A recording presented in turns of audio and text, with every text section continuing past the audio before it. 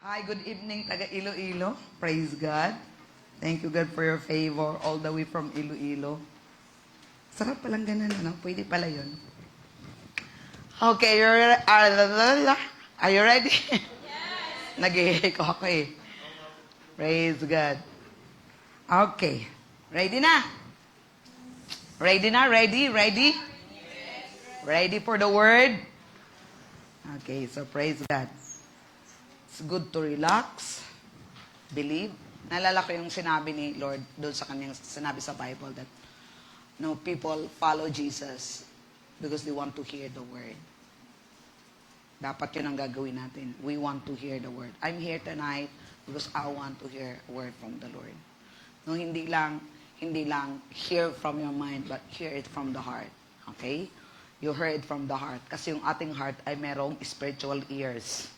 No, hindi lang yung hearing natin dito intellect, but let's hear from the heart because believing is from the heart. Okay? Kasi ito yon. Pag hindi yung hearing natin from the heart, walang result. Dito lang, sa mind lang. Pero if we really believe from the heart, then faith, believing is from the heart.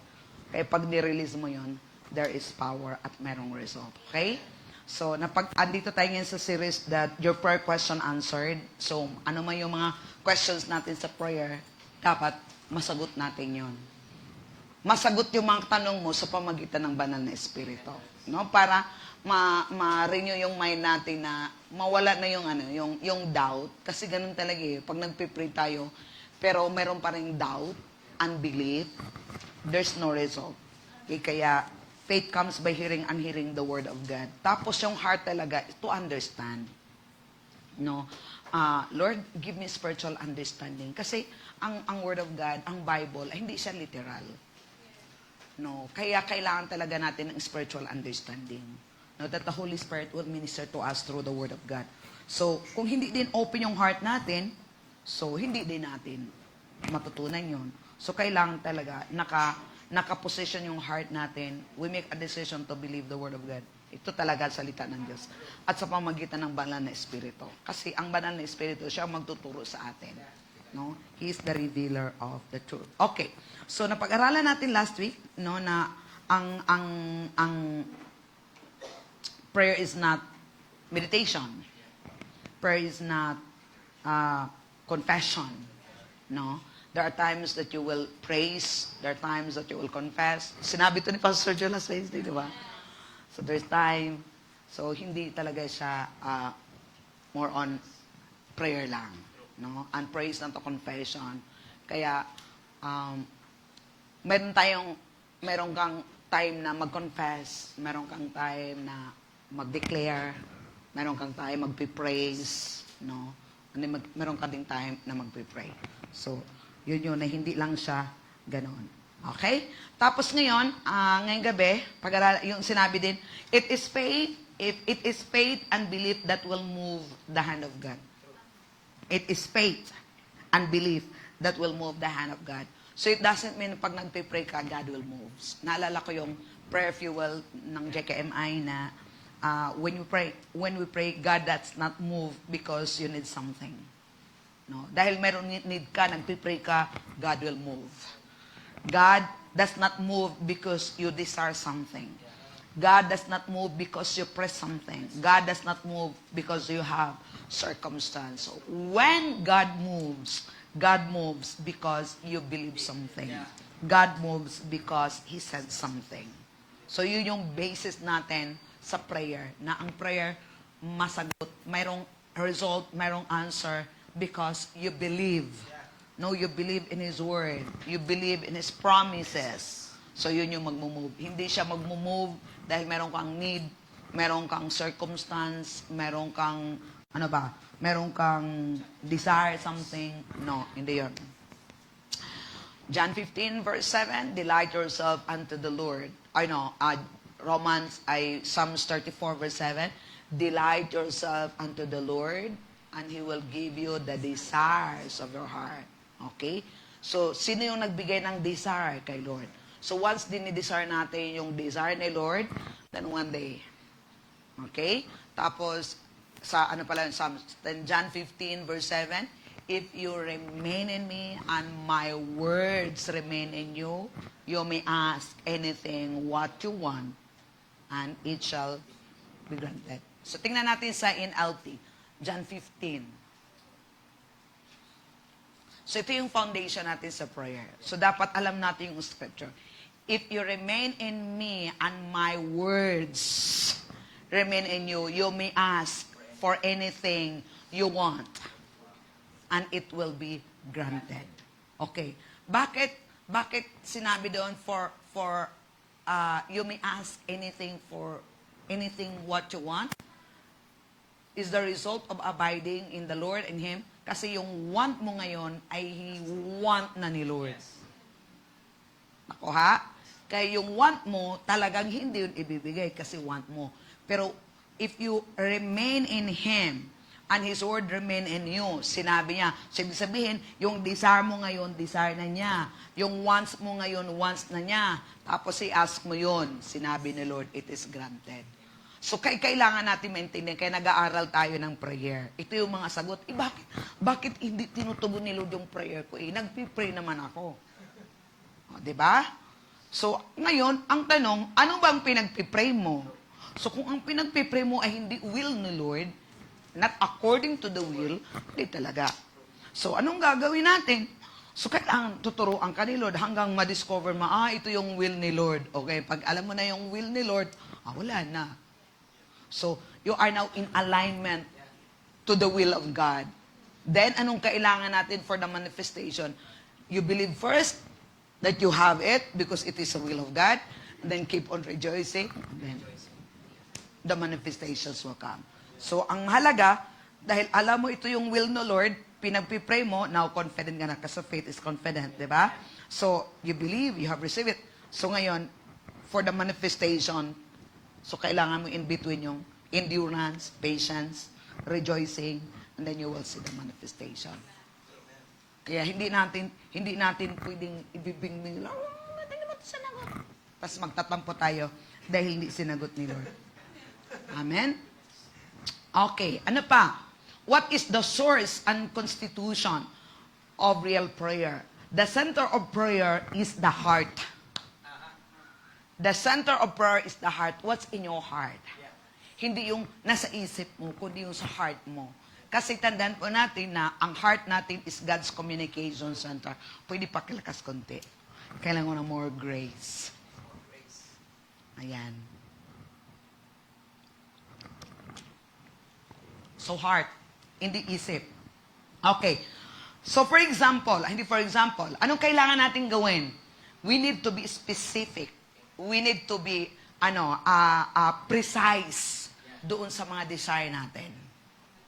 No, hindi lang, Lord, hindi general, but alam mo anong kailangan mo. Ano yung gusto mo. No, pag ilagay mo yung kay Lord, hingin mo yung kay Lord, ibibigay ni Lord yan.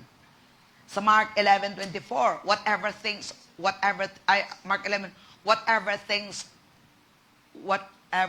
you ask. Sige, Ate Ana, please. Mark 11:24. Therefore, I say to you, whatever things you ask. So, whatever. So, alam mo ba yung whatever mo? So, dapat be specific. Kasi sinabi nun, whatever things you ask when you pray. Ang tanong, alam mo ba ano yung whatever mo? So, kung di mo alam yung whatever mo, don't expect that you will hear from the Lord. Don't expect that you will receive it from the Lord. Kasi kailangan mong specific. Whatever. Ano nga? Diba? Yung sa mga anak, diba? Iyak nang iyak, nagwawala na. Ano nga? Diba? Ngangawa-ngawa lang. So, wag din tayo ngangawa-ngawa lang kay Lord. Nagpe-pray ka, ngawa na ngawa ka, Lord. Sabi ni Lord, ano nga? So, be specific. Okay? Whatever we desire. Okay? Whatever things you ask. Whatever things you ask. So, yun, tandaan natin. Whatever things I ask. Lord, I ask this one. I ask this one. I ask this one. I ask this one. So, kailangan mo, alam mo ano yung ina-ask mo kay Lord. Klaro? Sige, uwi na tayo. O, ano sinabi? Believe. Believe that you receive them and you will have them. Okay, ngayon, alam ko, matagal na to pero kailangan talagang the power of teaching, no? Specific ka. Whatever things you ask. Whatever things. Ito yung whatever ko, Lord. Anong whatever? Lord, whatever. Lord, I want dress. Lord, I want 50,000. Lord, I want whatever. Tapos, you ask the Father. And then, ano sinabi niya? Pag ina-ask mo na yung whatever, kailangan alam mo yung hinihingi mo. Diba? Kailangan alam mo yung hinihingi mo. Ngayon, pag hiningi mo yung kay Lord, sinabi niya, whatever things you ask, when you pray. Kung kahapon ka nagpe-pray o ngayon ka nagpe-pray, di ngayon, lagyan mo ng date. May 22, birthday ni Tintin, 2026. Tapos, kailan mo i-receive? May 22. The same time. The same date. Now. You receive. Believe that you receive. Hindi yung pag nakikita mo na, now na, when. Hindi F. Hanggang bukas tayo, kahit ito lang yung scripture to, at pagtadi natin to, ha. Hindi F, you pray. When. Kung. Sige, Tagalogin natin yung when at saka si kung. Kaya tandaan ninyo, ano man ang hilingin ninyo, o ano man, ano nga? Ang hilingin ninyo sa Diyos sa panalangin, mananampalataya kayong natanggap na ninyo ito. Mananampalataya kayong na tanggap, hindi ma. So now, mananampalatay kayong natanggap na ninyo ito at ma. So kung ma pa kayo, never. Dapat natanggap, ngayon ako nanalangin, ano man yung hiling ko, hindi din, Lord, bahala ka na sa buhay ko, basta alam ko. Di ba? So specific. Ngayon, nag-pray ka, kaya it's good talaga na may sulat ka, may notebook ka. Lord, thank you for this. Ganito, ganyan. O, ngayon, believe na. Tanggap ko na ngayon. Natatanggap mo eh. Now, ang pagtanggap. Ang manifestation tomorrow, future. Kaya kung wala kang now, wala kang future. Gets? O, ngayon, naniniwala ka na natanggap mo na. Ngayon, nung nanalangin ka, huwag kang humingi ulit bukas. Natanggap mo na nga eh. So, anong gagawin mo bukas? Pag naalala mo, Lord, salamat po. Lord, maraming salamat. I know it's coming. Yay, it's coming. Yun na yung rejoicing. Hanggang makikita mo, kailangan ka titigil sa magpapasalamat until you show the manifestation. Okay? Kaya, pag tumigil ka, nagkaroon ka ng unbelief, zero ulit. Kaya kailangan natin ng meditation. Yun na yun, yung confession. You keep on believing, Father, thank you so much. Yun yung notebook. Kaya may susulat ka kasi, along the way, while waiting, si Satan meron din, pumapasok si doubt, pumapasok si confusion, ngayon meron kang sinusulat. Kasi by faith na siya. So hanggang magkikita mo yung manifestation. Amen? Okay, so specific. Another thing. A strong belief in God's help in the matter for which you are praying. So mayroon kang strong belief. Strong belief in God's help in the matter for which you are praying. So for example, you are praying. So mayroon kang strong belief that God is helping you. Waymaker. Whatever things you ask when you believe. Sinabi, ask, John 14 verse 14, sinabi niya, if you ask anything in my name, I will do it. Nakikita ba natin yung work ni Lord? Hindi. But you keep on trusting, you have strong faith and belief that God is helping you, that God is working behind the scene, bringing it to pass what you've been asked for. Kailangan talaga tayong specific.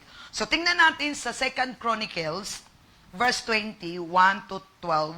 Okay lang tayo ha, mag-aral talaga tayo. Para dumating yung sa time, yung pananampalataya natin, eto na, confident ka na. Pag mayroong, hindi, pinag-pray ko na yon. It's done. Wala pa yung manifestation, but you know that you prayed it already. So, nang ginagawa mo, the manifestation na lang. Kaya ano doon yung papasalamat na, I prayed it already. I know it's done. Ang ganda pag gano'n na tayo, hindi, para ka pang gulat ng gulat. Hindi. Yung panampalataya natin, verse 1. No, saan ba tayo? 2 Chronicles 20, 1 to 12. Okay, tulungan niyo ako magbasa. Basa!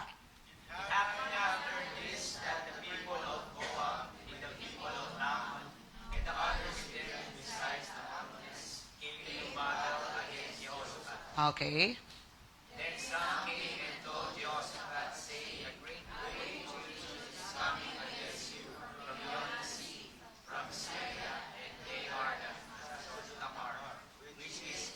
Okay, next.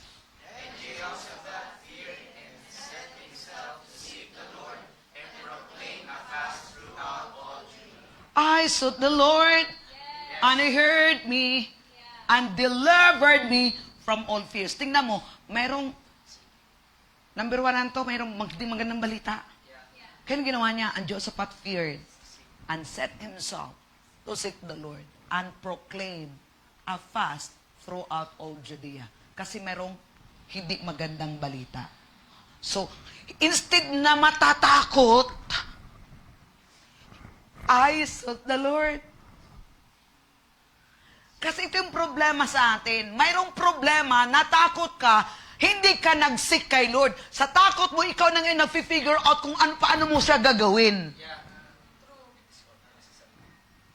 Nagets? Kaya lalong lumalala. Kasi out of fear, kay gumagawa ka ng sarili mong solusyon. Pero hindi. Dapat, dito tayo kay Lord. Kasi siya yung ating help. Next verse. Hanggang 12 tayo. Basa.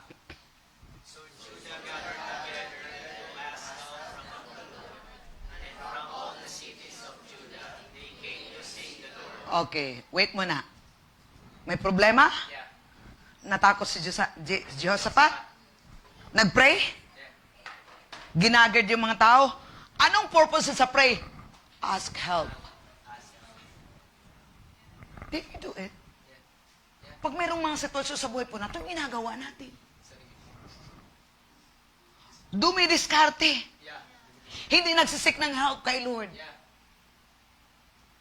We are trying to fix everything na meron naman ang Diyos na tutulong sa atin. Diba? So Judah gathered together to ask help from the Lord, and from all the cities of Judah, they came to seek the Lord. Dapat ito yun mga kapatid. Pag may problema tayo, oo, normal yun. Pero ang gagawin natin, we seek the Lord. We pray to the Lord and ask for His help. Doon sa situation na hinaharap natin. Next verse. Then Jehoshaphat stood in the assembly of Judah and Jerusalem in the house of the Lord before the new court, and said, O Lord God of our fathers, you are not God in heaven. And do you not rule over all the kingdoms of the nations, and in your hand is there not power and might, so that no one able to withstand you? You are not our God, who drove out of the inhabitants of this land before your people Israel. At parang niremind niya si Lord kung sino siya. Give it to the descendant of Abraham, your friend forever. And they dwell in it, and have built you a sanctuary in your name, saying, if disaster comes upon us, sword, judgment, pestilence, and famine, we will stand before this temple in your presence, for your name is in this temple, and cry out to you in our afflictions, and you will hear and save. Kapatid, anong ginawa niya? Di ba, Lord, ikaw yun? Di ba, Lord, ikaw yun? Di ba, Lord, ikaw yun? Next verse. And now, here are the people of Ammon, Moab, and Mount Seir, whom you could not let Israel invade when they came out of the land of Egypt. But they torn from them and not destroy them. Here they are, rewarding us by coming to throw us out of your possessions which you have given to us to inherit. Verse 12. Oh our God, will you not judge them? For we have no power against this great multitude that is coming against us, nor do we know what to do, but our eyes are upon you. Look. Nor we don't know what to do, but our eyes is upon you, because you are the God.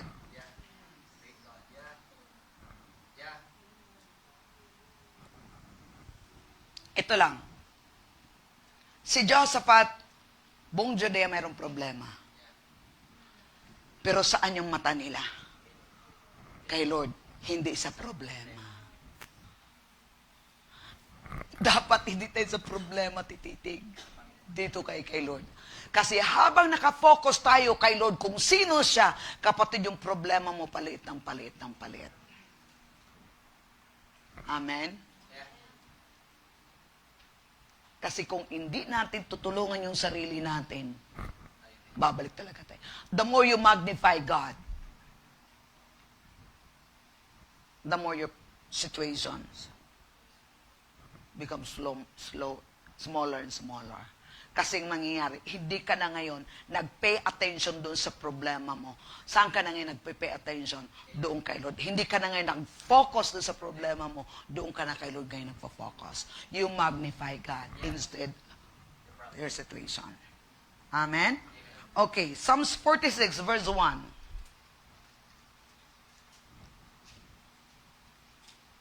Hallelujah! God is our shelter and strength, always ready to help in times of trouble. Kapatid, ito pala eh. God is our shield and strength, always ready to help in times of trouble. The Holy Spirit is our bystander. The Holy Spirit is our advocate. He is always ready to help us in times of our trouble. But the question is, where we are focusing pag mayroong troubles? We are not, ano ba yun? Hindi natin sinisikip na tumatakbo doon sa helper. Doon tayo tumatakbo kung anong nilalaman ng utak natin.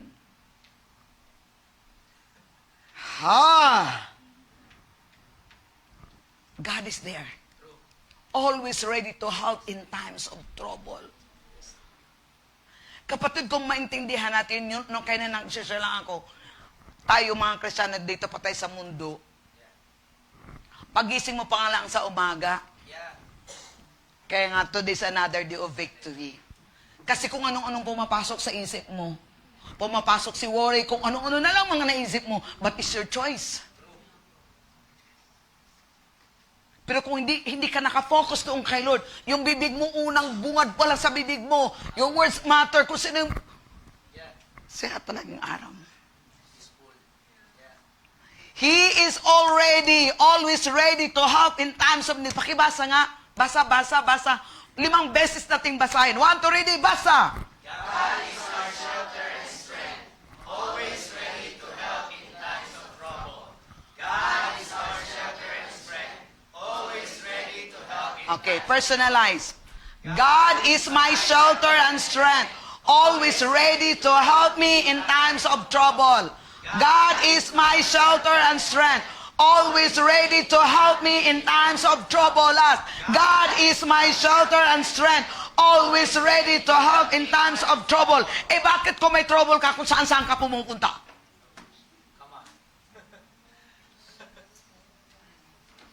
Are we getting it? Yes.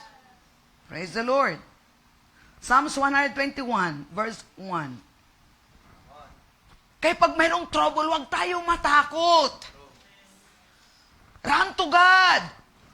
I look to the mountain. Where will my help come from?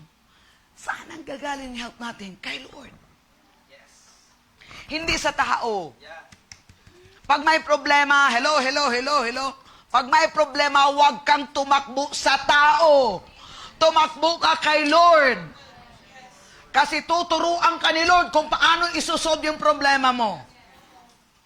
Kasi siyang nakaalam. Amen. He will give you the wisdom. Hebrew 4 verse 16.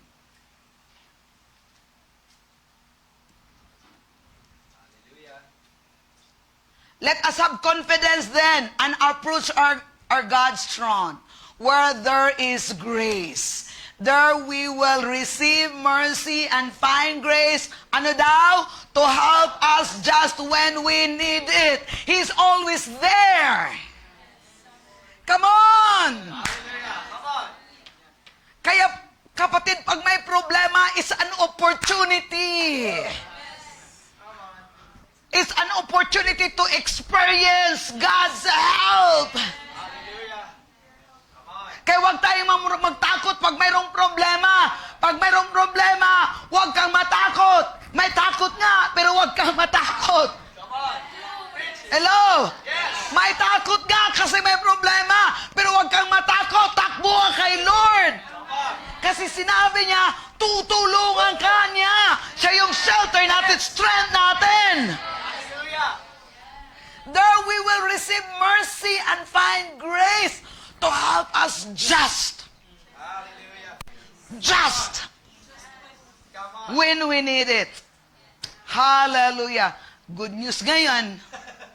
Tingnan natin sa AC. Come on. Kaya, meron tayong Diyos. True. Meron tayong Holy Ghost. Meron tayong helper. Meron tayong comforter. Meron tayong strengthener. Meron tayong advocate. Meron tayong, teacher. Meron tayong by-standby. So we should come near to God and we should not be afraid. May problema. Tinatakot ka. Huwag kang matakot. Takbo kay Lord. God is our King. We can ask Him to help us when we need... Come on, church. We can ask Him to help us when we need help. That's true. We know that He will forgive us and He will be kind to us in whatever way we need. He is there 24 hours. Ang tindahan 7-Eleven siya, 7:24. Come on. God is always there. Look, we can ask Him to help us. When we need it. Kay kapatid, ito lang. Pag hindi natin i-recognize na kailangan natin ng help kay Lord, or kailangan natin ng help ni Lord, you will not ask for His help. Yeah. Pero if every day you recognize that you need His help every day, He's always there. Kaya kung araw-araw na-recognize mo yon na kailangan mo ng tulong ni Lord araw-araw, kapatid, si Lord ang magbigay tutulong sa'yo. Mayroon bang mabigat na buhay? Wala. Kaya nabigatan tayo, nahirapan tayo kasi hindi natin humingi ng tulong. Nagmagaling-bagalingan tayo. Kaya ko to. Di ba?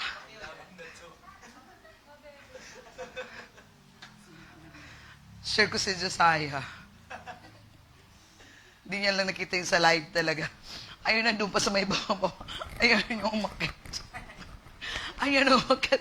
Kamusta saya? Kaya mo yan, be. Kaya mo yan, be. Ang tayo, mukha niya talagang na. O, kargahin mo na lang yung, Jason. Umupo si Jason.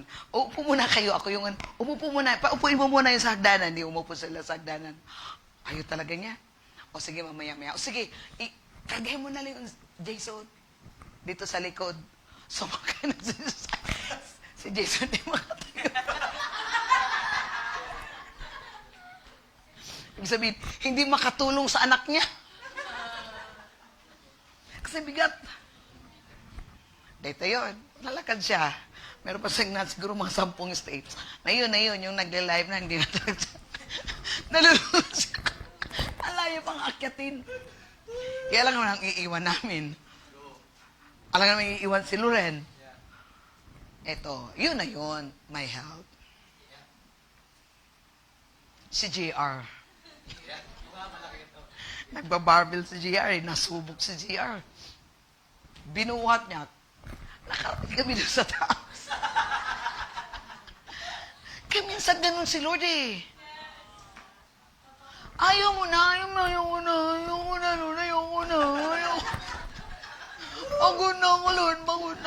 Pagod na ako, Lord. Tapos magpapada si Lord sa'yo ng help. Kasi may nanalangin sa'yo. Tapos ayawan mo. Kaya ka talaga makarating doon.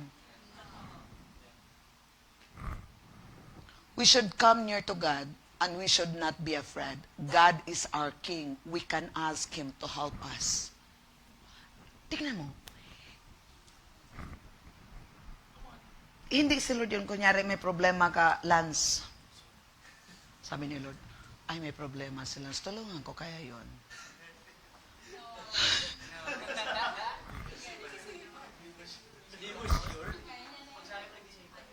Di ba? Kahit nakikita ni Lord na naghirapan ka. Unless you will not ask of His help. We know that He will forgive us and He will be King to us in whatever way. So ito lang. 2 minutes na lang daw. Pero alam mo, napakasimple lang. Na kung naintindihan natin na meron palang Diyos, umaga pa lang. Lord, thank you for your help today. Help me, Lord. Continue to order my steps. Holy Spirit, you are my helper. Help me, Holy Spirit. Dark, what do you want me to do, Holy Spirit, today? Thank you for helping me. Kaya pag i-acknowledge natin na si Lord yung helper natin, mapansin mo pa, pati yung paglaba, kapatid yung paglaba, nung tambak-tambak ng laba mo, tapos nagmamatul ka, dami-dami nilaba. Meron namang helper, Holy Spirit, help me, give me wisdom. Lahat ng bagay ay magaan. Kasi in-acknowledge mo na mayroong help. Si Lord ang tumutulong sa atin. So bakit hindi natin iti-take advantage? Tapos nagtatangs ka, raw mo, si Kayla, mong garaka, sumong galaman, dadayama. Oh, thank you, God, for helping me, Lord. Thank you for helping me, Lord. Light and easy. Bakit ko lagi masasabing light and easy? Kasi in-acknowledge natin na meron tayong helper. Alam mo ba yung helper? Yes. Ano? Natulog. Katulong. Katulong na walang bayad.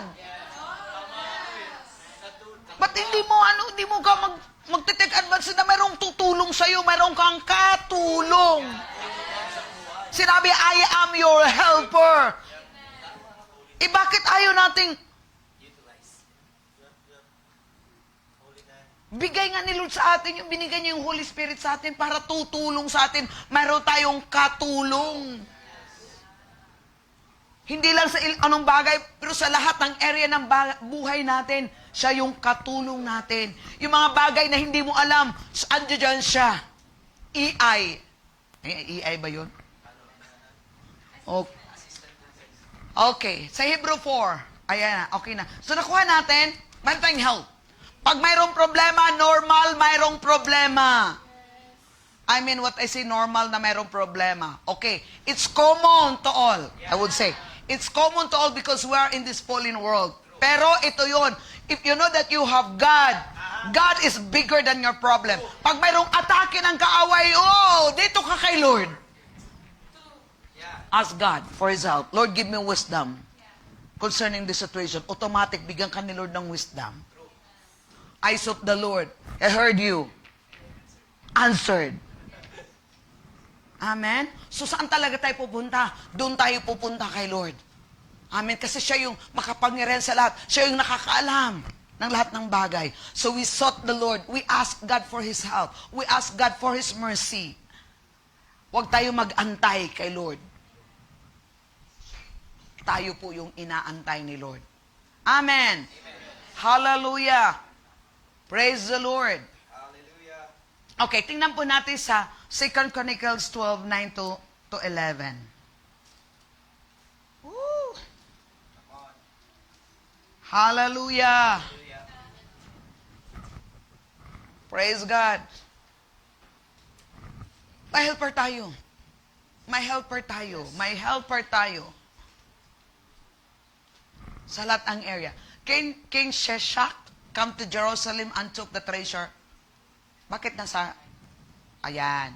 So, Sheshak, king of Egypt, came up against Jerusalem and took away the treasure of the house of the Lord and the treasures of the king's house. He took everything.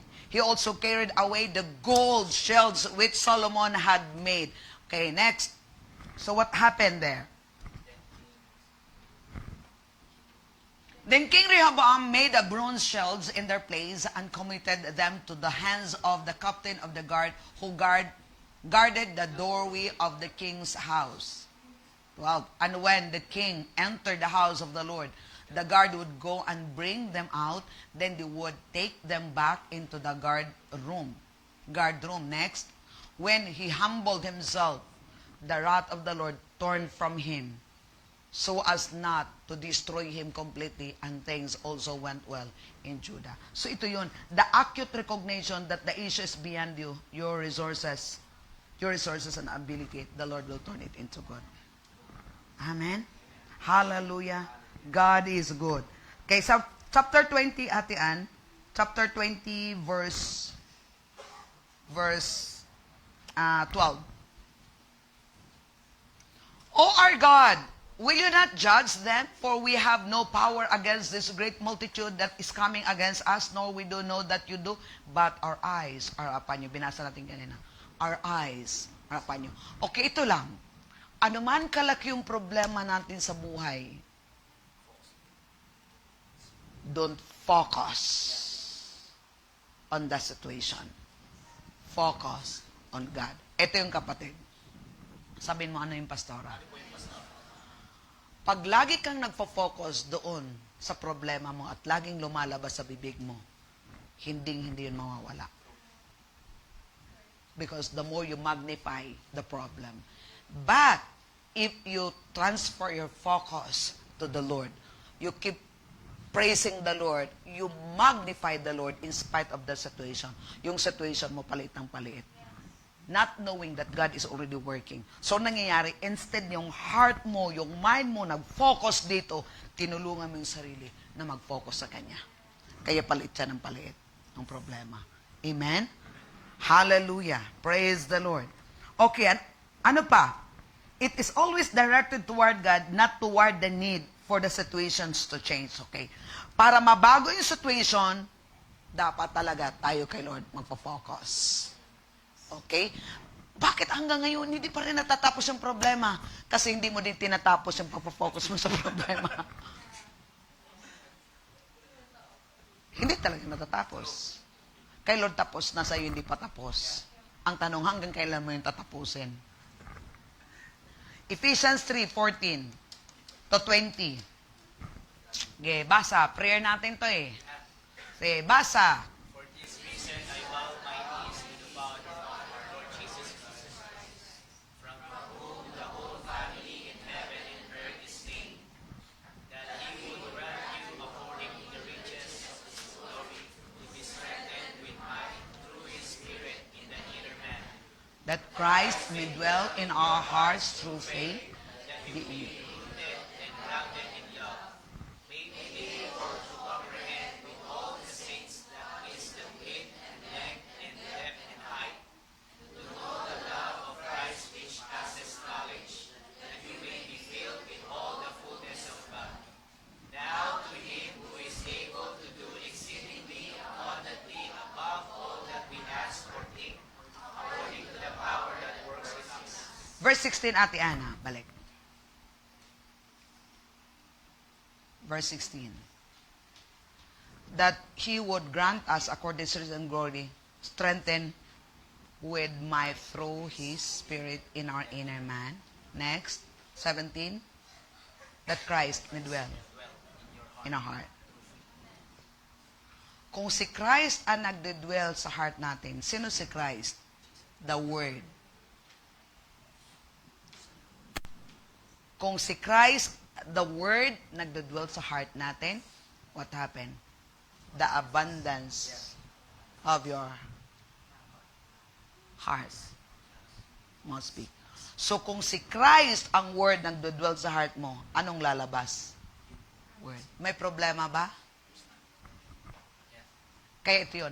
The more na nagpo-focus ka sa problema, the more yung problema mo nagdudwell sa heart mo. Kaya yun lagi mong nilalabas. Kaya walang katapusan. Mag-graduation ka na lang dito sa sa earth. Pero kung si Christ, kung ang Word may dwell in your heart through faith, rooted and grounded, lalabas sa bibig mo si Christ, the Word. Walang lalabas na problema. Kasi habang pinupuno mo siya ng Word of God, yung problema naman nawawala. So now what happened? The situation has changed. Kaya ang Word, kapatid, huwag dito sa utak ilagay. Sa puso. Kaya kailangan natin siyang i-meditate na magpipenetrate sa puso. Kasi pag napipenetrate na sa puso, pagbuka ng bibig mo,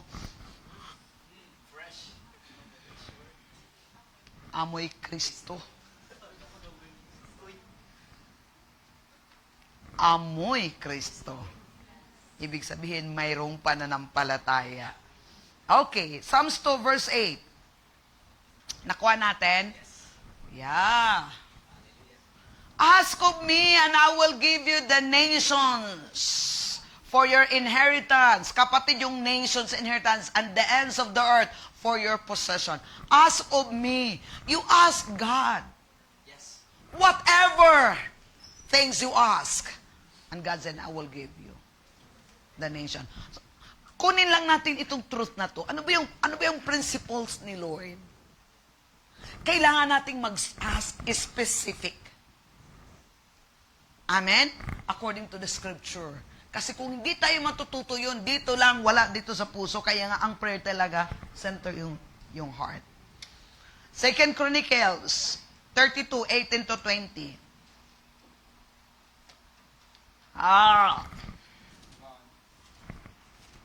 18 to 20. Then they called out with a loud voice in Hebrew to the people of Jerusalem who were on the wall to frighten them and trouble them that they might take the city. Next.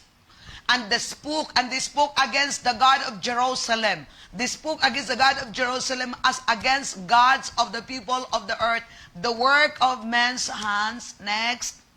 Now, because of this king Hezekiah, the prophet Isaiah, the son of Ammon, prayed and cried out to heaven. So, yun yung prayer talaga na kailangan natin, na maintindihan natin siya. Amen.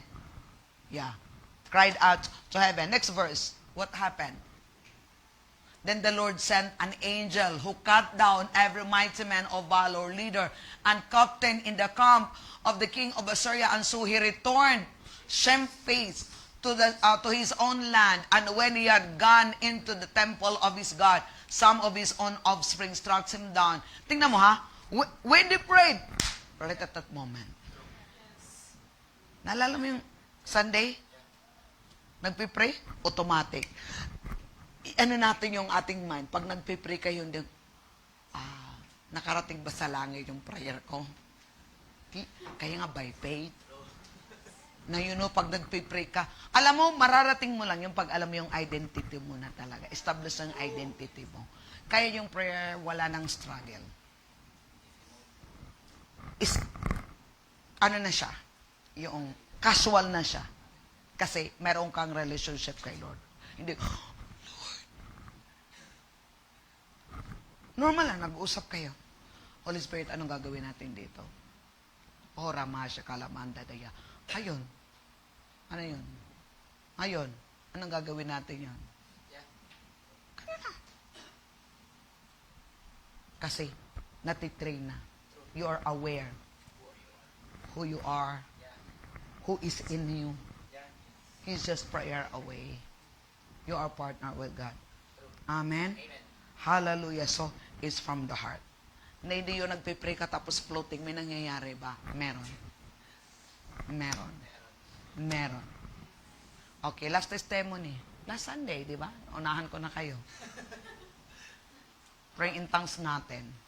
Kapatid, round 3 pa lang tayo. Naka-round 3 pa lang tayo. Di ba?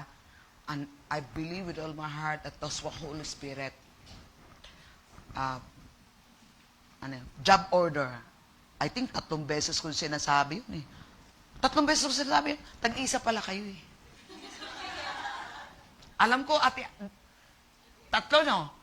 Basta naalala ko eh, 3 beses ko yung sinasabi, job order. There's a job order. There's a job order. O di ba, mayroong 3 job order. So right at that moment, may nag-receive kasi. May nag-demand. Kaya, mayroong nag-demand, ni-release ni Lord, ni-receive. Kaya manifestation. Eh ngayon, kung wala ka doon sa place, ni-release yun, di wala kang na-receive. Automatic, di may ice cream lang tayo sa Sunday. Di ba itong ministry ito talaga, ice cream talaga, di ba? Di ba simple lang? Naisip nyo ba yun? Kakwentuhan, Tuesday pa tayo nag-uusap. Tapos ikaw din, depos yung ano, pero tingnan mo si Lord. Supernatural. Anong ginawa natin? Nakikinig lang. Di ba? Nakinig. Marang instruction. Ginawa natin. Ang salamat din na sumunod kayo. Di ba? Sino yung nagbe-benefit? Kayo. Oh, kaninong gawa yun? Supernatural. Kung isipin natin, nagtuturo lang naman tayo dito. Nagtuturo ako sa inyo, nagkukoaching sa inyo. O pagkatapos ganun yung direction ni Lord. Oh, boom! Yun yung supernatural. Yun yung miracle. Yun yung beyond. Because we are praying in the Spirit. Eh kung matututo tayo lahat, ganun lagi yung volume ng magpe-pray every Sunday. Kapatid, linggo-linggo. Supernatural. 3 beses pa nga lang yun. E paano yun kung yun yung heart talaga natin? Sige, punta tayo dito sa church. Mag-pray in tongues lang tayo. Praying for the will of God for 1 hour. Popcorn talaga yun. Pop talaga yun. Na hindi mo na It's the work of God. Kaya talaga He always answers our prayer. I sought the Lord. He heard me. And He answered. Kung hindi yun, hindi, alam lang natin yun, pero hindi natin pinapaniwala na ganun pala yun. Di ba natin yung mangyayari? Kuha natin, when God give us a word, next thing na gagawin mo, you must believe. Kasi if you don't believe, wala lang. Hindi talaga mangyayari yun. Pero once God gives you the word, that's the Rhema word, and you believe it, tapos na. Kasi, the moment you believe, there's a fulfillment. Pero kahit na binigay ni Lord sa iyong Rhema, but you are not believing it, nothing will happen. Clears? Sige tayo tayong lahat. Let's pray. Hallelujah. Father, we thank you, Lord, for your word. The center of prayer is in the heart. Specific, strong belief that God is our help. Amen. Kaya pag nagpipray tayo, Holy Spirit, help me. What do you want me to pray for? Help me. Let's always acknowledge the Holy Spirit to help us in prayer. Amen. Kasi may mga bagay na hindi natin alam. Pakibukas ka, Ate Ana, sa Romans 8:26. And let's pray.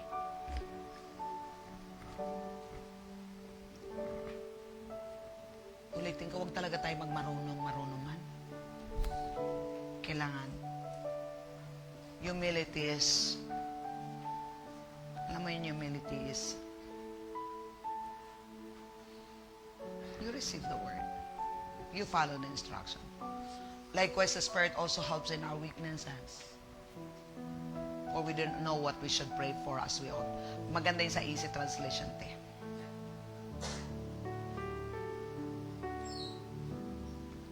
Hallelujah. Let's pray for 4 minutes. Easy translation. God's Spirit also help us to do this. Because we are weak. We don't know how we ought to pray. But God's Spirit Himself prays for us. He cries to God on our behalf in a way that nobody could say with words. Next.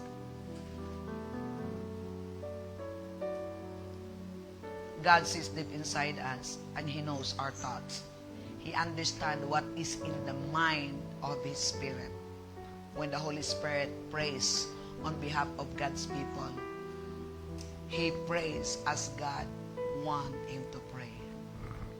Ito yun. Lord, help me to pray. Kaya yung prayer natin, yung hindi yung gusto natin. We pray as God wants us to pray. Amen? Hallelujah. Father, we thank you, Lord God, for your word tonight. Thank you, Lord. Yung Psalms 34 kanina, Panginoon God, we sought you.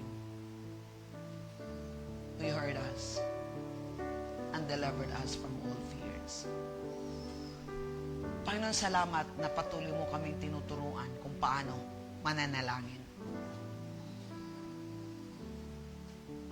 Na ma-establish sa heart namin agad yung truth at saka yung protocol ng prayer, Lord. Thank you, God, for your faithfulness. Thank you din po, Panginoon God, sa narinig namin ngayon that you're always there to ready to help us in times of our need. Kaya Panginoon, dalahan ko po na kaming lahat ay patuloy naming ma-acknowledge, ma-recognize na kailangan namin ng tulong mo sa araw-araw. Dahil Lord, kung yan po yung matutunan namin, araw-araw humingi kami ng tulong sa iyo. Kaya araw-araw hindi din po kami mahihirapan. So walang maging mahirap na buhay habang tinatakbo namin ang aming buhay dito sa mundo. Dahil alam namin na ikaw ang katulong namin. Na hindi na namin kailangan magbuhat ng mabigat na problema. Kung mayroong mga problema, magaan dahil may katulong kami. Kung mabigat man ang sitwasyon o buhay, hindi na siya mabigat dahil ikaw ang katulong namin. Wow! Lord, thank you. Tulungan mo ang bawat isa. Kahit na Panginoon God, yung mga nakikinig ngayon sa aming live, na magkaroon ng deeper understanding that you are just waiting. You said, you're always there, want to help us in times of our need. Lord, we need you. We need you more than yesterday. We need you every day, Lord. We need you every day more than anything else, Father. Tulungan kami. At tulungan mo po kami, Panginoon, ang puso namin ay maging laging bukas. Na sa oras na ikaw ay magpapadala sa amin ng tulong, ma-recognize namin yon, Lord, na nanggagaling sa iyo. We don't refuse that. We don't reject that. But receive that, Lord. And it requires humility. Thank you, Lord. Because you said in your word, oh God, he who humbles himself, you will teach. you will help. So, Panginoon, salamat. We continue to humble ourselves under your word. Thank you, Lord. Thank you for your love. This is your love. Mga kapatid, God is always ready to help us. Always ready to help us in times of our need. So kung mayroon man tayong mga need, huwag natin patagalin. Ask for His help. Ask for His mercy. Come boldly to the thrones of His grace. Just pray, Lord, help me in this situation. Show me, Lord. Give me wisdom. And I receive your help, Lord. I receive your wisdom. Kaysa pahirapan pa natin yung sarili natin. Go back to the Word. And God will give us the Word and obey the Word. Kasi yung help ni Lord, balikan niya sa Word. He sent His Word and healed you and delivered you. Our part is to believe. Our part is to receive and believe His Word. Because the moment we believe His Word, He will perform it. We are not the performer. We are the believers and the receiver. If there's heavy situation ng buhay natin, komplikado yung buhay natin, komplikado yung situation natin, nahihirapan tayo, hindi natin alam, God is waiting for us. God is always ready to help us in times of our need. We just come to the Father and ask for His help. And the Holy Spirit will lead us into His Word, because the Word is the truth. And then receive the truth. Receive the Word. He said He sent His Word and delivered us from every situation. And then the moment you believe the Word again, the moment you believe the Word, the moment you receive the Word, God will perform it. And this is, I believe, and this is what I have experienced. The moment you believe the Word, the moment you receive the Word, hallelujah, peace comes.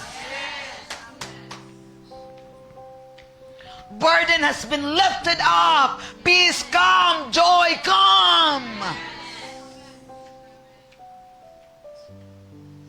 If there's no peace, no joy, it means you just know the Word, but you don't believe the Word and receive the Word.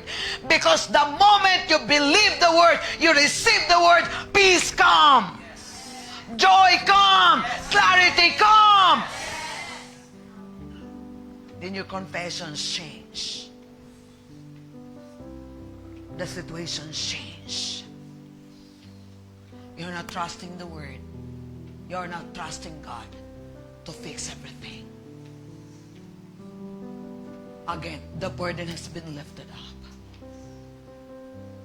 Hallelujah.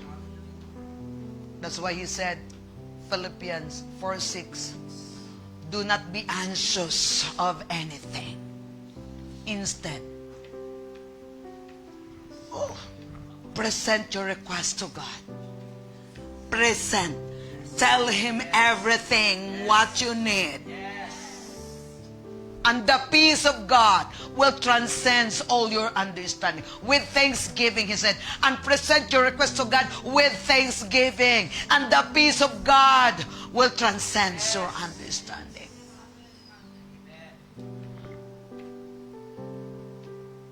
Give you that word. Now, you apply. Follow the instruction. Do not worry. Do not be anxious. Tell God everything. So you tell God everything. Present to God your petition, your wants, with thanksgiving. Then the peace. Hallelujah. That's how we believe the word. That's how we apply the word. That's how we trust the word. Because the word is Christ. Pero kung pabalik-balik, you keep on praying, but the burden is still there. You're not doing it right.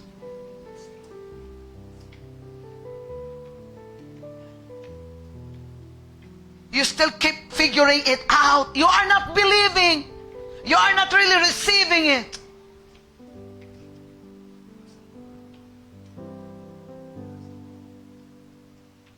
Focus on the promise. Focus on the word that He's give you. Follow the instruction. Follow the insight. Follow. And then the peace of God. That's how He will work. Hallelujah. We cannot fix our problem by our own understanding. Trust the Lord with all your heart. Do not lean on your understanding. In all your ways, acknowledge Him and He shall direct your path. Ate Ana, pakibukas. Dito na tayo mag-end. Philippians 4:6. Sa AC translation, please. Hallelujah. And sige, pakibasa, please.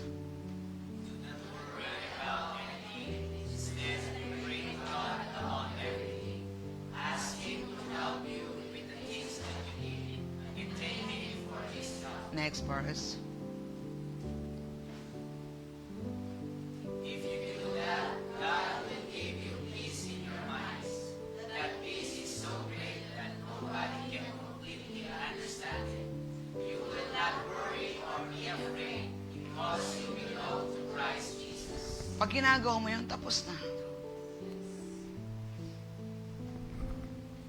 Proverbs 3, verse 5 to 6, AC translation then.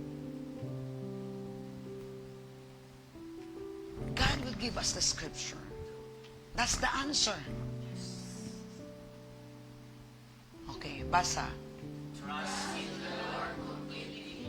Do not think that you understand things well enough for yourself. Whatever you are doing, remember that the Lord is with you. Then He will show you the right way to go. Simple. There's no complication. Dalawang verse lang, buhay na tayo. Pero pag paikot-ikutin pa natin, that's a sign that we are not really trusting the Lord. That's the sign that we are not really trusting the Word, believing in the Word. Amen? Are we getting it? Yung dalawang scripture lang. Pag may problema, balik ka dun sa dalawang scripture na yun. Then meditate. Just follow through. Gawin mo lang yun by faith. And then from there, you will never be the same anymore. Amen? Kaysa dami-dami nating mga alam na scripture pero wala namang I'm sorry. Kapatid, hindi ito paramihan ng scripture. Marami kang alam na scripture pero hindi naman nakikita sa buhay mo. Be a doer of the word. Amen. Hallelujah. Because if you are a doer of the word, God will be glorified. Amen. Tandaan natin that God is eager to fulfill His covenant to us. Ang part lang natin is to believe the word. Act on the word. Believe the word and act on the word. Because if we are not believing the word, we cannot act the word. Amen. Father, we thank you for that, Lord. Thank you for the instruction. Thank you, Lord. Ulitin ko, one word is enough to change your life forever. Just even mo kailangan ng marami. Yung isa, sulit na yan. Kung paniwalaan mo ng buong puso, you will never be the same anymore. Pero kahit isa, alam lang, pero hindi mo pinapaniwalaan, nothing will happen. And your life will never be changed. But one word that you receive from the Lord, the Rhema word, and you act on it, it will change your life forever. Yes. Father, we thank you for tonight. Thank you for the word. Thank you, Lord. Hallelujah. And Father, thank you for opportunity also, Lord God, to sow our seed. Lord, by faith we put substance to every seed that we heard. Hallelujah. Word that we heard, Father God. And we want to make it sure, Father God, that there's substance in it, Lord God. Hallelujah. So that it will produce more harvest, 30-fold, 60-fold, and 100-folds. Father, thank you for giving us seed. You said in your word, where our heart, treasure is, our heart is also there. So we put treasure into the seed that we receive, Lord God. Hallelujah. So that 100%, Lord, hallelujah, it will grow, it will produce bring result in our life, Father. In Jesus' name we pray. Amen and amen. So you can bring your seed. You can plant your seed in the ground if you have seed. Hallelujah. Thank you for that, Lord. In Jesus' name. Okay, receive this benediction. Father, we thank you, Lord God, for blessing us tonight. Thank you for the word. Thank you, God, that we are the word of the word. Hallelujah. At sa pag-uwi, Panginoon, ng bawat isa, let that word, O God, continue to minister, O God, sa bawat isa, na hindi kami makakatulog hanggang hindi namin yan ma-apply sa buhay po namin. Hallelujah. Let those word, O God, awaken us, Lord God. Hallelujah. And change our life forever, Father. In the name of Jesus. Thank you, Lord God. Hallelujah. Sa mga nagtatrabaho ngayong gabi, Panginoon God, continue to give them the strength and the joy, Father God, alertness, Father God, and more productive, O Lord God, in the workplace, Father God, in the mighty name of Jesus. Their company are blessed, Lord. Hallelujah. Kami din po, God, na matutulog. Thank you, God. Hallelujah. We will sleep like a baby tonight and wake up like a giant tomorrow. In the name of Jesus. And our family is blessed. This ministry is blessed. Our city is blessed. Hallelujah. Our nation is blessed. In Jesus' name. Hallelujah. Receive this final benediction. The Lord bless you and keep you. The Lord make His face shine upon you and be gracious to you. The Lord lift up His countenance towards you and give you great shalom. In Jesus' name. Let's declare this together. Jesus is Lord. Satan is defeated. I am victorious. In Jesus' name. Amen and amen. Thank you so much and be blessed. Amen.